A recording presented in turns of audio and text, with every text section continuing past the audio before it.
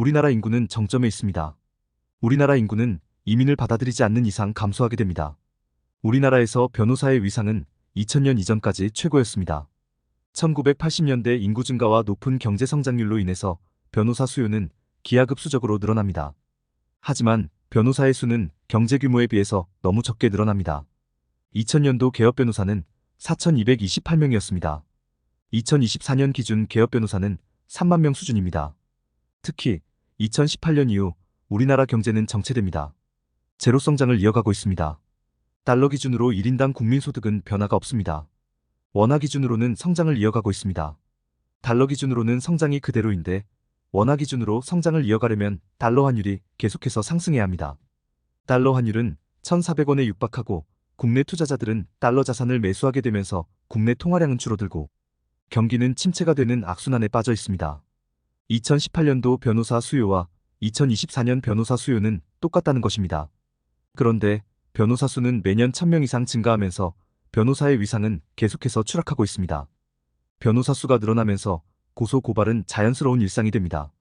IFRS가 상장회사에 도입이 되면서 회계사 수요는 크게 늘어납니다. 문제는 상장하는 회사들이 적어지다 보니 회계사들의 수요는 그대로인데 매년 공급이 됩니다. 회계법인에 있는 회계사들이 나가지 않으면서 신입 회계사들의 자리는 줄어들고 있죠. 회계사를 합격하고 공공기관에 취업하는 경우는 많이 없습니다. 금감원이나 한국은행은 예외이지만 그 외 공공기관에서 회계사 자격증을 따고 가는 경우는 드물죠. 금융권 공공기관이 아닌 공공기관에 회계사 자격증을 따고 갈 이유는 사실 없습니다. 하지만 취업 자리가 없다 보니 공공기관으로도 지원을 하게 되죠. 그 외 법무사, 세무사, 노무사, 감정평가사도 과거처럼 일거리는 많이 없습니다. 현재 의사의 수는 OECD 평균보다 적습니다.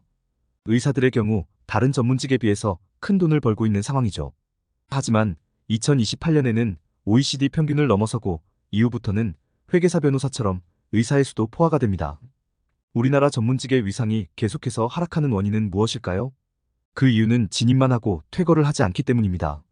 변호사의 경우를 보면 1995년까지만 해도 합격생이 305명이었습니다. 2001년부터 1000명으로 늘어나기 시작합니다. 최근에는 변호사 시험 합격자가 1745명입니다. 은퇴하는 사람이 거의 없다 보니 변호사의 위상은 추락하고 있습니다. 회계사 역시 90년대까지 최고의 직업이었습니다. 2001년 합격자를 1000명으로 늘리면서 회계사의 위상도 추락하게 됩니다. 2010년 이후 경제는 성장하지 않고 전문직 수는 늘어나고 은퇴자들이 거의 없기 때문에 전문직의 위상은 앞으로도 계속해서 떨어질 것입니다. 의사들의 경우에는 다른 전문직과 반대의 양상이었습니다.